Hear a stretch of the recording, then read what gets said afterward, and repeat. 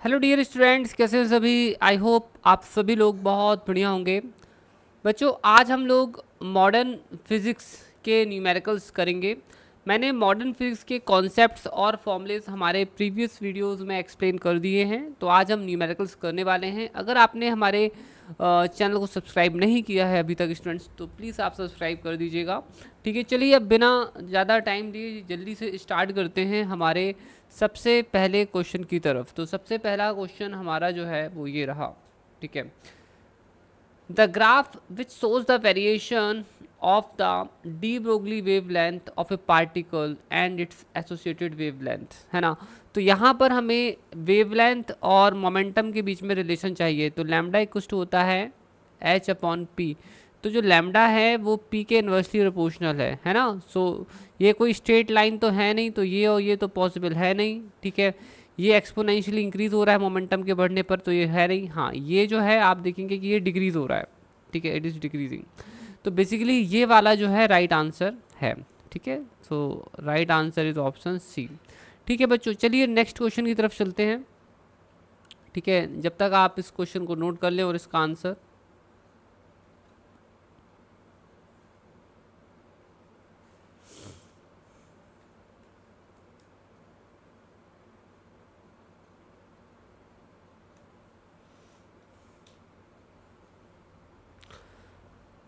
Students, next question ये है आपके सामने। इस क्वेश्चन में हमसे बोला गया है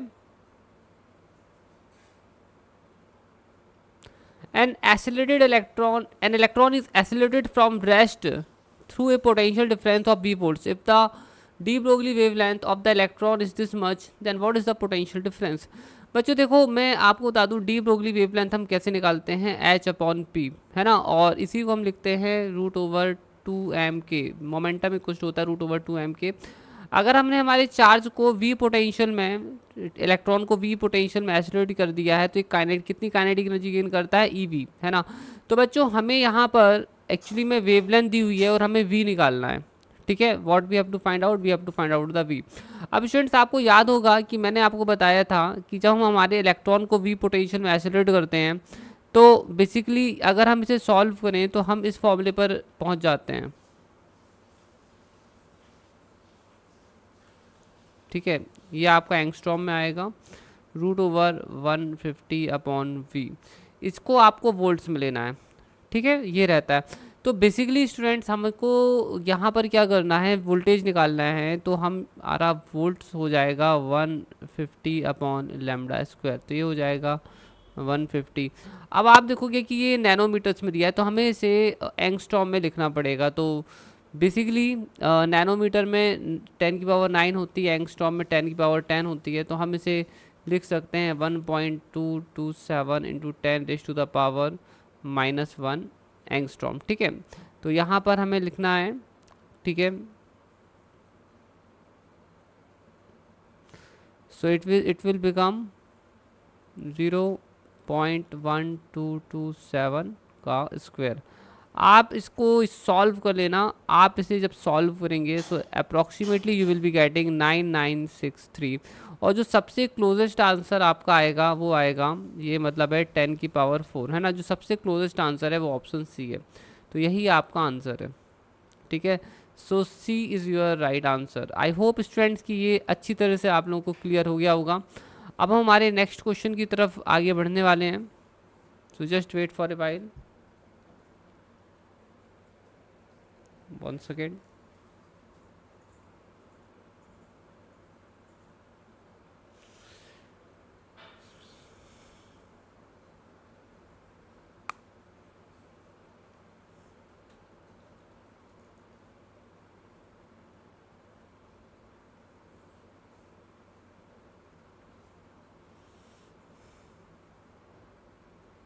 An electron is accelerated through a potential difference of 10,000 volts.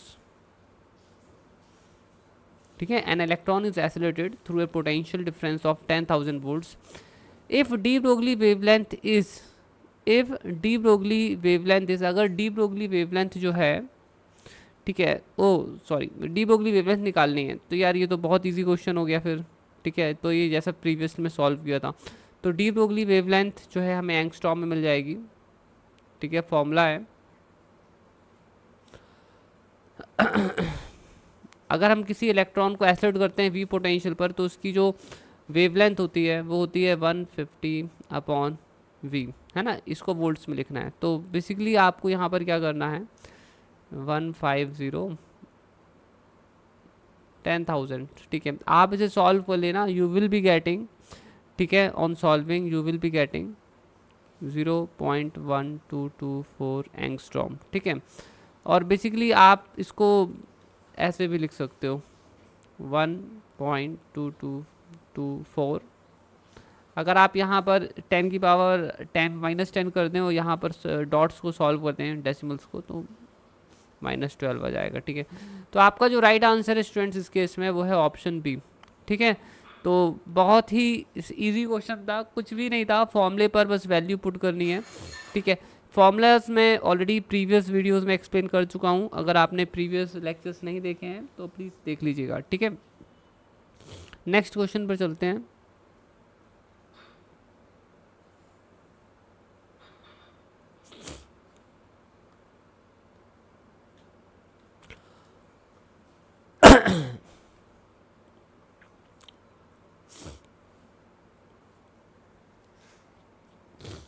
Students next question हमारा आपकी स्क्रीन के सामने है और इस क्वेश्चन में हमसे बोला गया है a proton and an alpha particle, a proton and an alpha particle are accelerated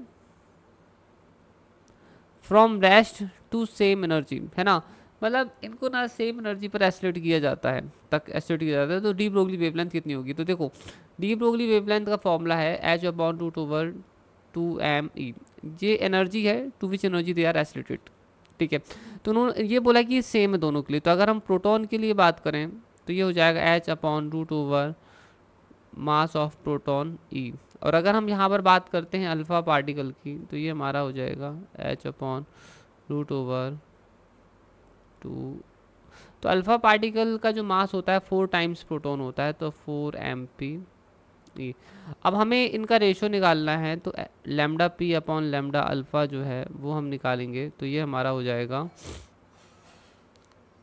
ठीक है, √4/1 विच विल गिव अस 2/1, ठीक है। तो ये हमारा हो जाएगा 2:1, ठीक है। तो मेरे ख्याल से अब आपको ये चीज़ क्लियर हो गई होगी, ठीक है। अब हम चलते हैं 5 पर, ठीक है, मतलब नेक्स्ट 5th क्वेश्चन पर चलेंगे।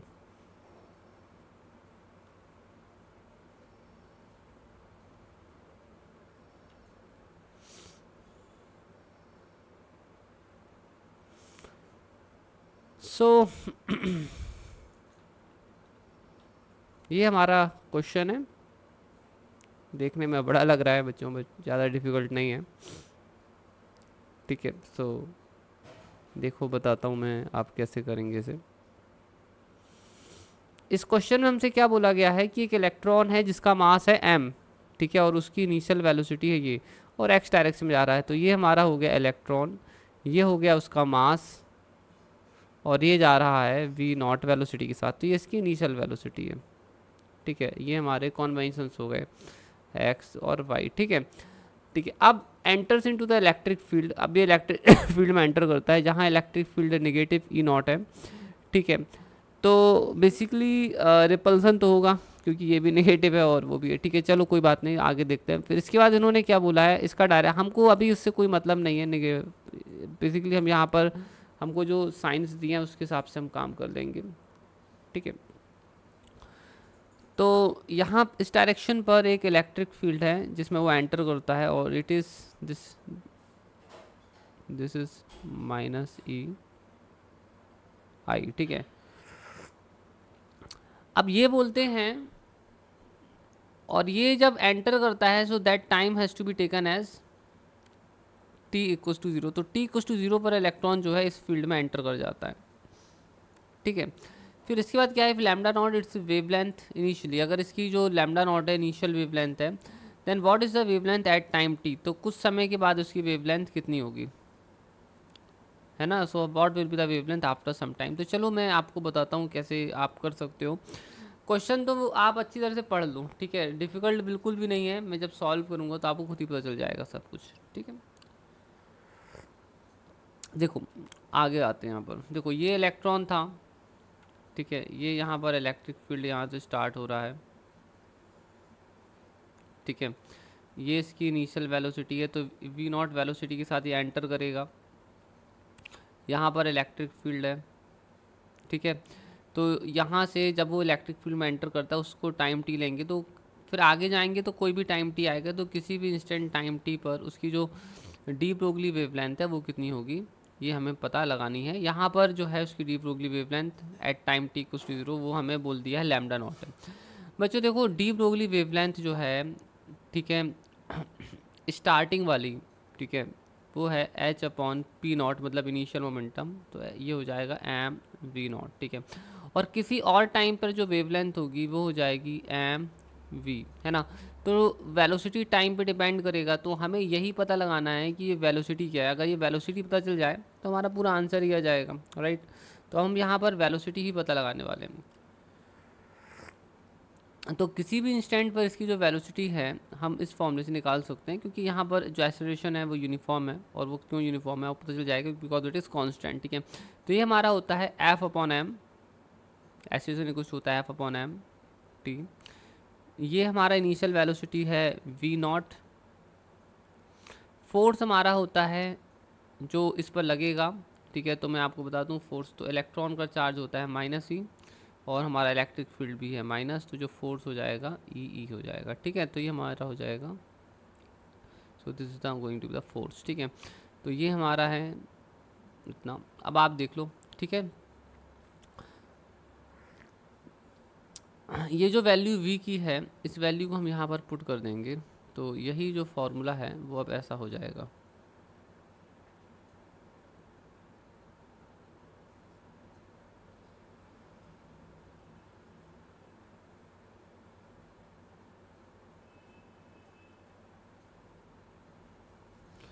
ठीक है, अब ये हो जाएगा, आप वी नॉट को बाहर कॉमन निकाल लो, तो ये हो जाएगा 1 प्लस, ठीक है। अब आगे जो चीज़ आई है वो है lambda naught 1 plus E T upon M V naught. पीछे चलकर देखते हैं क्या आंसर है, तो ये देखो ये मैच कर गया, ठीक है। समझ में आ गया बच्चों सभी लोगों को, ठीक है। देखो आप चाहें तो इसका सॉल्यूशन लिख सकते हैं। अब हम आगे चलेंगे नेक्स्ट क्वेश्चन की तरफ।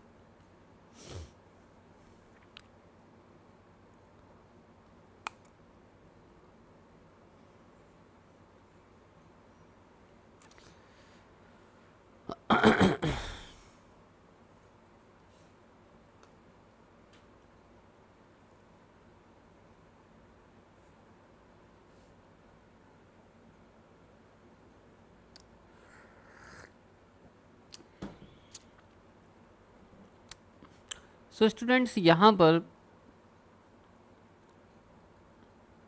ये क्वेश्चन है, ठीक है। देखिए इस क्वेश्चन में क्या बोला है, इस क्वेश्चन में बोला है the D Broglie wavelength of A neutron in A thermal equilibrium with heavy order at temperature T is. तो यहाँ पर हमें जो काइनेटिक एनर्जी है वो किसके कारण मिल रही है, टेम्परेचर के कारण, थर्मल, ठीक है। तो काइनेटिक एनर्जी जो होती है पर डिग्री ऑफ फ्रीडम होती है हाफ के टी,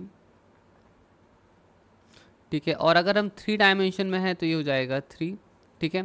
पर डिग्री ऑफ फ्रीडम हाफ के टी होती है, तो काइनेटिक एनर्जी इतनी होगी। अब डी ब्रोगली वेवलेंथ जो होती है H upon root over 2m के होती है, तो ये के बी है ना, बोल्ट्जमैन कांस्टेंट है, तो ये हमारा हो जाएगा h upon root over 2m 3/2 के बी टी। तो ये हमारा हो जाएगा h upon root over 3m के बी टी, ठीक है। तो यहाँ पर ये जो k दिख रहा है बोल्ट्जमैन कांस्टेंट है, तो इसका सही उत्तर है, जवाब है ऑप्शन ए, ठीक है। मेरे ख्याल से अच्छी तरह से आप लोग समझ गए होंगे। चलिए आगे की तरफ बढ़ते हैं, ठीक है, इसे नोट कर लें।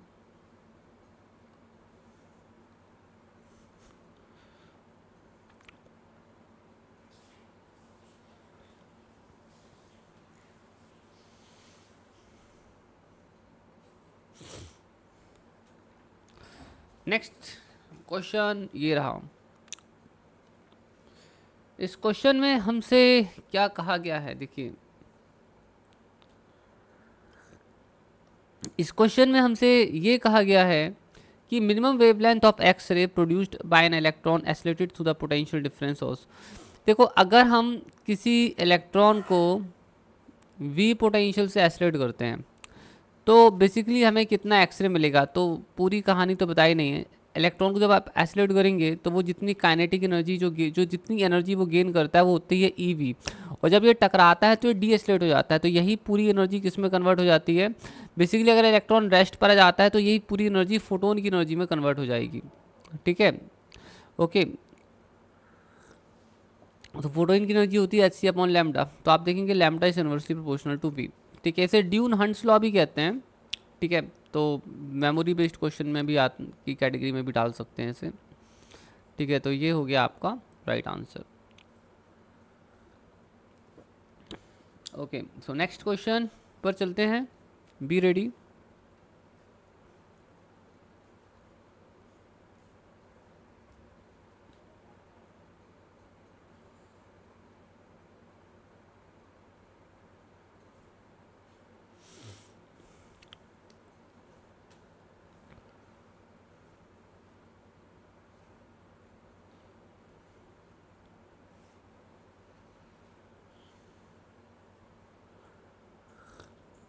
Okay just one, so students ये हमारा क्वेश्चन है और अब हम करेंगे इसको सॉल्व, ठीक है। तो इसमें करना क्या है, देखिए पढ़ते हैं इसको।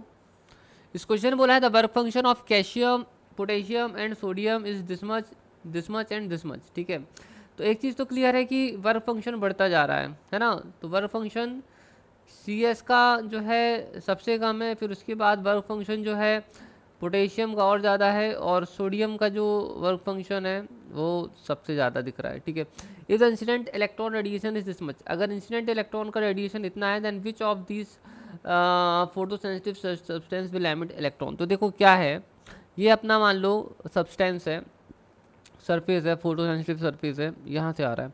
अब यहाँ से जो आ रहा है इसकी जो एनर्जी है वो कितनी है, 2.20 इलेक्ट्रॉन वोल्ट्स। अब देखो मैं आपको बताता हूँ कि फोटो इलेक्ट्रिक इक्वेशन कहता है कि जो मैक्सिमम काइनेटिक एनर्जी होती है वो होती है इंसिडेंट फोटोन की एनर्जी माइनस वर्क फंक्शन। तो इससे आप लिख सकते हो इंसिडेंट फोटोन की एनर्जी माइनस वर्क फंक्शन। अब बच्चों देखो फोटो काइनेटिक मतलब इलेक्ट्रॉन की जो काइनेटिक एनर्जी वो हमेशा काइनेटिक एनर्जी हमेशा ग्रेटर देन जीरो होती है। बट अगर आप यहाँ पर देखें तो इस वाले केस में जो है, ठीक है, इस वाले केस में देंगे 2.20 माइनस 2.14, इस केस में तो ये पॉजिटिव मिलेगी, बट इस केस में नेगेटिव मिल रही है, इस केस में नेगेटिव मिल रही है। जिस केस में पोटेंशियल काइनेटिक एनर्जी नेगेटिव मिलती है, इसका मतलब ये है कि वो चीज़ गलत है, क्योंकि काइनेटिक एनर्जी कभी नेगेटिव होती ही नहीं है। तो फोटो एमिशन जो है ना वो सिर्फ और सिर्फ कैल्शियम के केस में होगा। तो इसका राइट आंसर है ऑप्शन ए। मेरे ख्याल से बच्चों अच्छी तरह से क्लियर हो गया होगा आपको ये सब, ठीक है। तो अब हम नेक्स्ट क्वेश्चन की तरफ चलने वाले हैं।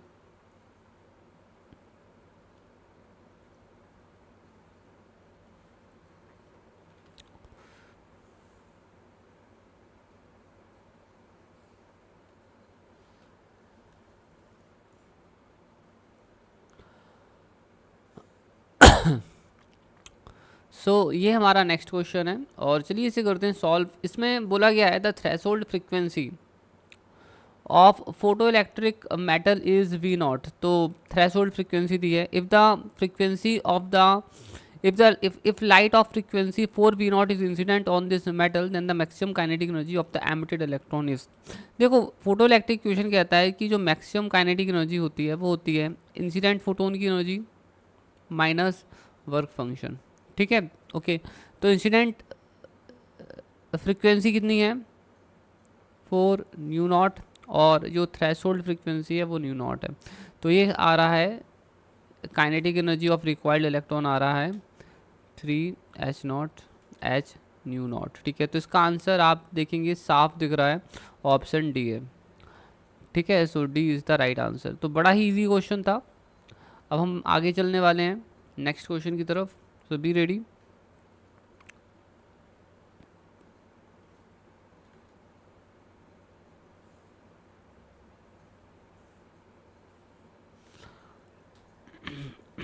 नेक्स्ट क्वेश्चन ये रहा हमारा। इस क्वेश्चन में हमसे बोला गया है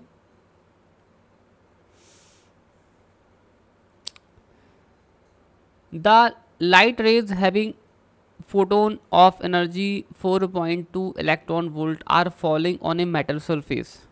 ठीक है, तो लाइट रेज जो हैं, ठीक है, उनका जो फोटोन है उसका एनर्जी इतना है and they are falling on a metal surface having the work function 2.2 electron volts. ठीक है, okay fine. The stopping potential is, देखो स्टॉपिंग पोटेंशियल इक्वल्स टू होता है, ठीक है, मैक्सिमम काइनेटिक एनर्जी। ठीक है, EVS इज इक्वल्स टू होता है मैक्सिमम काइनेटिक एनर्जी। ये फॉर्मूला है, आपको ये फॉर्मूला याद रखना पड़ेगा। दरअसल इसमें कुछ है नहीं। क्या होता है, जो इलेक्ट्रॉन्स होते हैं जब उन पर लाइट पड़ती है, जब फोटो सेंसिटिव मटेरियल पर, तो इलेक्ट्रॉन्स यहाँ से यहाँ आते हैं। अब बेसिकली यहाँ होता है माइनस, यहाँ होता है प्लस, बट अब हम यहाँ क्या करते हैं, बेसिकली यहाँ कर देते हैं माइनस, यहाँ कर देते हैं प्लस। तो ये जो पोटेंशियल होता है इसे हम कहते हैं स्टॉपिंग पोटेंशियल। ठीक है, अब इलेक्ट्रॉन तो इस तरफ आना चाहता है, उसके पास काइनेटिक एनर्जी है, ठीक है, मैक्सिमम काइनेटिक एनर्जी है के मैक्स। ठीक है, बट अगर हमने इस पोटेंशियल को रिवर्स ऑर्डर में किया है तो ये इलेक्ट्रॉन को रिपल करेगा। तो एक पर्टिकुलर पोटेंशियल पर एक ऐसा होता है कि वो इतना उस पर फोर्स अप्लाई करता है कि इलेक्ट्रॉन यहाँ तक नहीं पहुँच पाता। उस पर्टिकुलर पोटेंशियल को हम यहाँ पर कहते हैं, ठीक है, स्टॉपिंग पोटेंशियल। तो स्टॉपिंग पोटेंशियल से जो हमें एनर्जी मिलती है EVS, that should be equals to the maximum kinetic energy for stopping the electron. तो ठीक है, तो ये फॉर्मूला आप याद रखेंगे, ये सब डिराइव नहीं करना है एग्जाम में तुरंत। ठीक है, तो स्टॉपिंग पोटेंशियल इक्वल्स टू होता है के मैक्स अपॉन E। तो यहाँ पर क्या है, के मैक्स हमें निकालना है, तो के मैक्स इक्वल्स टू होता है इंसिडेंट एनर्जी 4.2 माइनस, ठीक है, वर्क फंक्शन, ठीक है, 2.2 इलेक्ट्रॉन वोल्ट्स अपॉन इलेक्ट्रॉन। तो ये और ये कट जाएंगे, तो ये हमारे पास बच रहा है 2.0 इलेक्ट्रॉन वोल्ट्स। ठीक है, तो ये हमारा आंसर है 2.0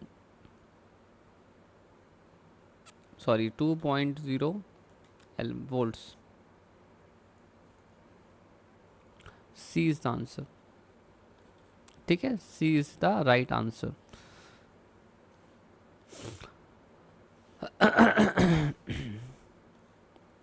ओके, अब स्टूडेंट्स सब लोग और आगे बढ़ने वाले हैं। ठीक है, सो लेट्स प्रोसीड फर्दर। जब तक आप इसे नोट कर लें।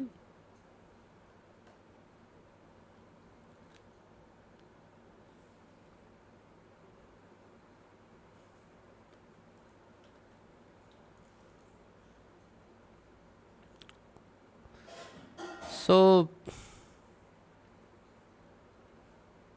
देखिए,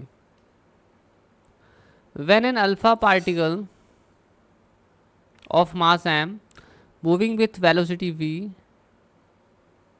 bombards on a heavy nucleus of charge Ze, its distance of closest approach from the nucleus depends on ms. Its distance of closest approach from the nucleus depend on ms. देखो इसमें ये बोला है कि हमारे पास एक अल्फा पार्टिकल है और उसका मास m है and that is moving with the velocity v। ठीक है, और वो v वेलोसिटी से मूव कर रहा है से टूवर्ड्स द न्यूक्लियस। ठीक है, न्यूक्लियस भी पॉजिटिव चार्ज होता है, ये भी पॉजिटिव चार्ज है, तो रिपल्सन होगा तो ये लौट कर आ जाएगा। तो ये पूछ रहा है कि कितना क्लोजेस्ट ये जाएगा इसके। तो बच्चों यहाँ बहुत ही सिंपल सा लॉ है। ठीक है, एक्चुअली में ये कितने पास जा सकता है, तो इसके पास जितनी भी काइनेटिक एनर्जी होगी, ठीक है, वो पूरी एनर्जी जो है, ठीक है, देखो जैसे से ये पास जा रहा है, ठीक है, मेरी बात समझना, जैसे जैसे ये पास जा रहा है तो इन दोनों के बीच का जो डिस्टेंस है वो रेगुलरली कम होता जा रहा है ना। वो जो डिस्टेंस है इन दोनों के बीच का वो रेगुलरली कम होता जा रहा है। तो इसकी जो काइनेटिक एनर्जी है वो धीरे धीरे किस में कन्वर्ट हो रही है, पोटेंशियल एनर्जी में कन्वर्ट होती है। और इस पॉइंट, ये पॉइंट एक ऐसा पॉइंट होता है जहाँ पर इसकी इस डायरेक्शन वाली जो वेलोसिटी होती है, ठीक है, वो पूरी तरह से, ठीक है, ज़ीरो हो जाती है। It completely goes to zero, ठीक है, it completely goes to zero, पूरी ज़ीरो हो जाती है। और ऐसे में यहाँ पर, ठीक है, बेसिकली इसकी जो काइनेटिक एनर्जी होती है वो किस में कन्वर्ट हो जाती है, इलेक्ट्रोस्टैटिक एनर्जी में कन्वर्ट हो जाती है। तो बेसिकली अभी यहाँ पर देखेंगे कि दो कंपोनेंट्स दिखते हैं वेलोसिटी के। तो बेसिकली हमको क्वेश्चन में बहुत ज़्यादा क्लियर नहीं दिया है, तो हम ये मान सकते हैं कि जो अल्फ़ा पार्टिकल है वो सीधे आ रहा है, ठीक है, moving towards the nucleus and, और वो सीधे यहाँ से जो है रिटर्न हो जाएगा। तो eight the point of closest approach इसकी जितनी भी, क्योंकि इस पॉइंट पर वेलोसिटी ज़ीरो हो जाती है, तो पूरी काइनेटिक एनर्जी किस में कन्वर्ट हो जाती है, पोटेंशियल एनर्जी पर। तो ये हो जाएगा हाफ mv²। तो ये इस पर्टिकुलर केस के लिए फॉर्मूला एप्लीकेबल है। क्वेश्चन में चीज़ें बहुत ज़्यादा क्लियरली नहीं दी गई हैं, डायरेक्शन वगैरह, तो हम इसको यूज़ कर सकते हैं। 1/4 पाई एप्सिलॉन। तो इस पॉइंट पर जो दोनों के बीच का जो डिस्टेंस है ये हो गया, ठीक है, और ये हो गया अल्फ़ा पार्टिकल तो है जो है वो है, उसका चार्ज होता है 2e, और न्यूक्लियस का चार्ज हो जाएगा Ze, ठीक है। तो बेसिकली आप यहाँ से देख सकते हैं हमें क्या निकालना है, हमें ये निकालना है कि डिस्टेंस ऑफ क्लोजेस्ट अप्रोच मास पे कैसे डिपेंड करता है। तो वो इन्वर्सली डिपेंड करता है, ठीक है। So right answer is option A, ठीक है, ऑप्शन ए जो है राइट आंसर है, ठीक है बच्चों। I hope so that's clear to you. Next question पर चलते हैं।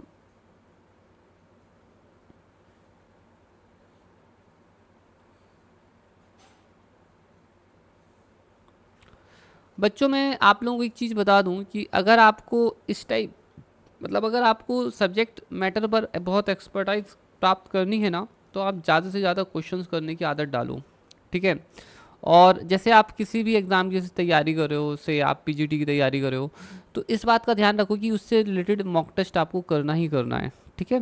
ओके, जब आप मॉक टेस्ट करोगे ना, तो आपके अंदर कॉन्फिडेंस बिल्ड होगा कि हाँ अब आप कर सकते हो। तो स्टार्टिंग में तो जब मॉक टेस्ट देते हैं ना, तो ऐसा लगता है यार कि नहीं हो पाएगा, नहीं हो पाएगा, बट जैसे आप एक मॉक टेस्ट देते हो ना, तो आपके अंदर एनर्जी आती है कि यार इस बार जो गलती की थी वो नेक्स्ट टाइम अपन नहीं दोहराएंगे।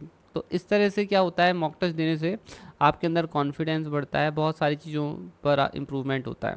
तो मॉक टेस्ट ज़रूर दें अगर आप को एग्ज़ाम क्लियर करना है तो, ठीक है। Mock test are very very very important.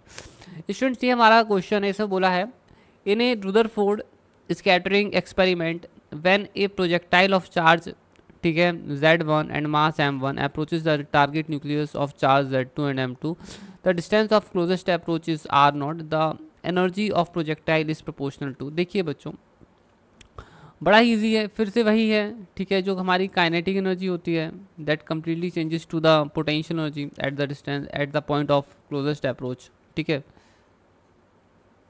तो ये हमारा हो जाएगा charge of projectile, charge of nucleus upon R. तो हमसे क्या पूछा है, एनर्जी। तो ये हमारी काइनेटिक एनर्जी, तो ये जो एनर्जी है काइनेटिक एनर्जी, वो Z1 एंड Z2 के प्रोडक्ट पर डायरेक्टली डिपेंड कर रही है। तो directly proportional to Z1 into Z2, ठीक है। तो बड़ा ही सरल क्वेश्चन था ये, ठीक है। नेक्स्ट क्वेश्चन की तरफ हम चलेंगे।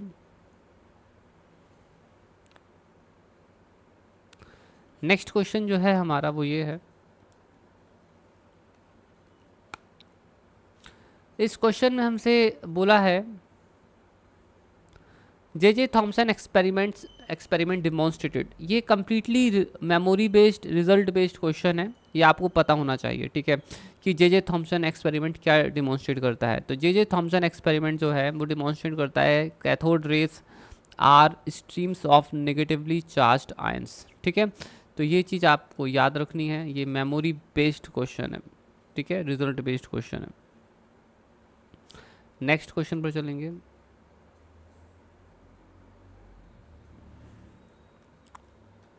नेक्स्ट क्वेश्चन ये है, ये भी एक मेमोरी बेस्ड क्वेश्चन की कैटेगरी में आ जाता है।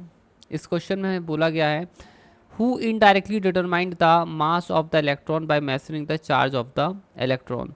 तो ये एक कॉइल ड्रॉप एक्सपेरिमेंट था, मिलीकन ने किया था, ठीक है, जिसने स्पेसिफिक चार्ज पता किया था, ठीक है। ओके, तो बेसिकली उसकी मदद से फिर इलेक्ट्रॉन का चार्ज पता किया था यूजिंग ऑयल ड्रॉप एक्सपेरिमेंट, ठीक है। तो ये है ऑप्शन ए। तो ये रिजल्ट, ये भी जो है एक रिजल्ट बेस्ड क्वेश्चन है, मतलब मेमोरी बेस्ड क्वेश्चन की कैटेगरी में ये आता है, तो आप इसे जो है ध्यान रखना, ठीक है। आगे चलते हैं।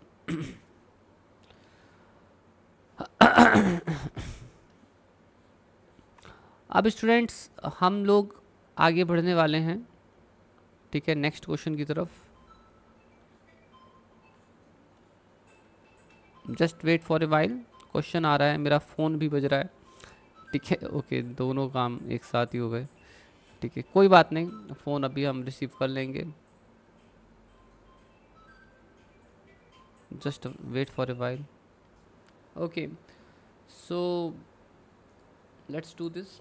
तो बच्चों इस क्वेश्चन में हमसे बोला गया है the radius of innermost orbit of hydrogen atom is,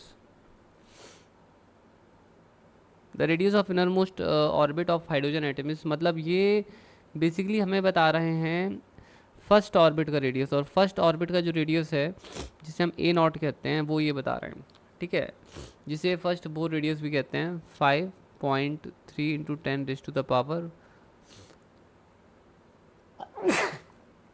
sorry, ठीक है, 11 मीटर्स। बेसिकली हम जानते भी हैं कि इसकी वैल्यू होती है, मैंने आपको बोला भी था याद रखने के लिए, 0.529 एंगस्ट्रॉम होती है, तो वही दी गई है। What is the distance of the third allowed orbit, तो थर्ड ऑर्बिट का जो होगा वो होता है एन स्क्वेयर ए नॉट, तो ये हो जाएगा 3 स्क्वेयर ए नॉट। तो आपको यहाँ पर करना है 9 into 5.3 into 10 raise to the power -11, तो ये आपका आएगा 4.77 एंगस्ट्रॉम। आप सॉल्व कर सकते हैं, ठीक है, इतना मिल जाएगा आपको, तो ये आपका राइट आंसर है, ठीक है। I hope so that's clear to you, ठीक है। नेक्स्ट क्वेश्चन की तरफ अब हम बढ़ेंगे, जो कि अब हमारा ये लास्ट क्वेश्चन भी होने वाला है, ठीक है। बट स्टूडेंट्स हम आपको बता देते हैं कि आपको काफ़ी क्वेश्चंस करने हैं, ठीक है, तभी आप जो है एग्ज़ाम में अच्छा परफॉर्म कर सकते हैं, ठीक है। You need to do lots of questions in for your exams,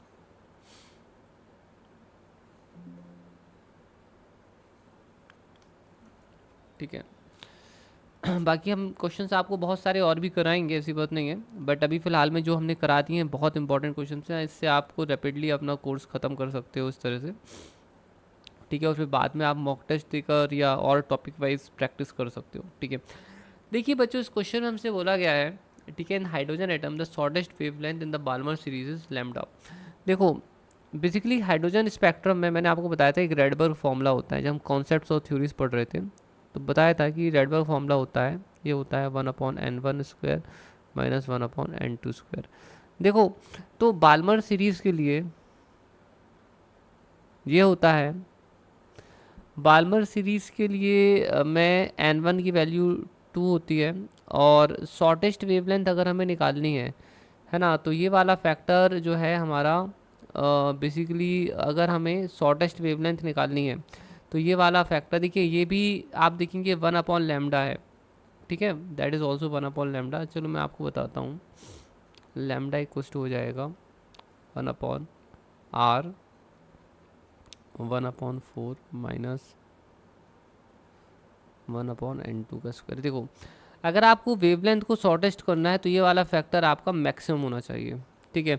और ये वाला फैक्टर मैक्सिमम तभी हो सकता है जब ये ज़ीरो हो जाए, और ये ज़ीरो तभी हो सकता है जब हम n2 को क्या कर दें, इन्फिनिटी कर दें, ठीक है।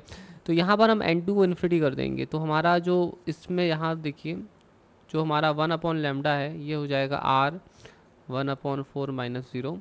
तो कुल मिलाकर हमें जो चीज़ मिल रही है यहाँ से, ठीक है, so r/4 we are getting as 1/λ, ठीक है। इससे हमें एक्चुअली में रेडबर्ग कांस्टेंट की वैल्यू जो है वो प्राप्त हो गई है, ठीक है, जो कि हमें जिसकी ज़रूरत पड़ने वाली है।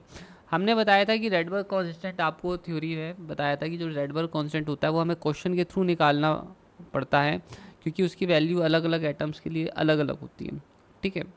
ओके और ज़रूरी नहीं कि आपको एक कांस्टेंट वैल्यू याद है तो आप हमेशा वही यूज़ करें, ठीक है, it depends on how to do, है ना, न्यूमेरिकल पे डिपेंड करता है। अब हमसे बोला है the shortest wavelength in the bracket, तो ब्रैकेट सीरीज़ जो होती है, देखो यहाँ देखो, तो आपका एक लेमन सीरीज़ होती है, फिर आती है बाल्मर, फिर आती है पाशन, फिर आती है ब्रैकेट। देखो तो इसके लिए n1 की वैल्यू होती है 1, इसके लिए n1 की वैल्यू होती है 2, इसके लिए n1 की वैल्यू होती है 3, इसके लिए n1 की वैल्यू होती है 4। तो ब्रैकेट की अगर शॉर्टेस्ट वेवलेंथ हमें निकालनी है, ठीक है, इन केस ऑफ ब्रैकेट, सो ये हो जाएगा r, ठीक है, और ये हो जाएगा 1/4 का स्क्वायर माइनस 1/, इन्फिनिटी का स्क्वायर, ठीक है। वो मैंने आपको बता दिया कि शॉर्टेस्ट वेवलेंथ निकालने के लिए हमें यहाँ पर इन्फिनिटी डालना पड़ता है, ठीक है। तो r की वैल्यू हम ऑलरेडी निकाल चुके हैं 4/λ, ये हमारा हो जाएगा 1/4 × 4 1/λ डैश, तो ये हमारा हो जाएगा इतना, ठीक है। So lambda dash equals to 4λ। तो आपने देखा हमारा आंसर आ गया 4λ। कहाँ दिया है? ये दिया है ऑप्शन बी पर, ठीक है। ओके तो स्टूडेंट्स इसी के साथ हमारा ये आज का वीडियो ख़त्म होता है, और ये वीडियो हमारा है लगभग 36 मिनट्स का। स्टूडेंट्स अगर आपने यहाँ तक देखा है हमारा वीडियो तो डेफिनेटली आपको पसंद तो आया ही होगा, हमने बहुत मेहनत करके वीडियो बनाया है। तो स्टूडेंट्स प्लीज़ हमारे चैनल को सब्सक्राइब करें, अपने फ्रेंड सर्कल में जो है इसे शेयर करें, और हमारे वीडियो को लाइक भी ज़रूर करें, ठीक है। ओके बच्चों, thank you so much, bye, take care.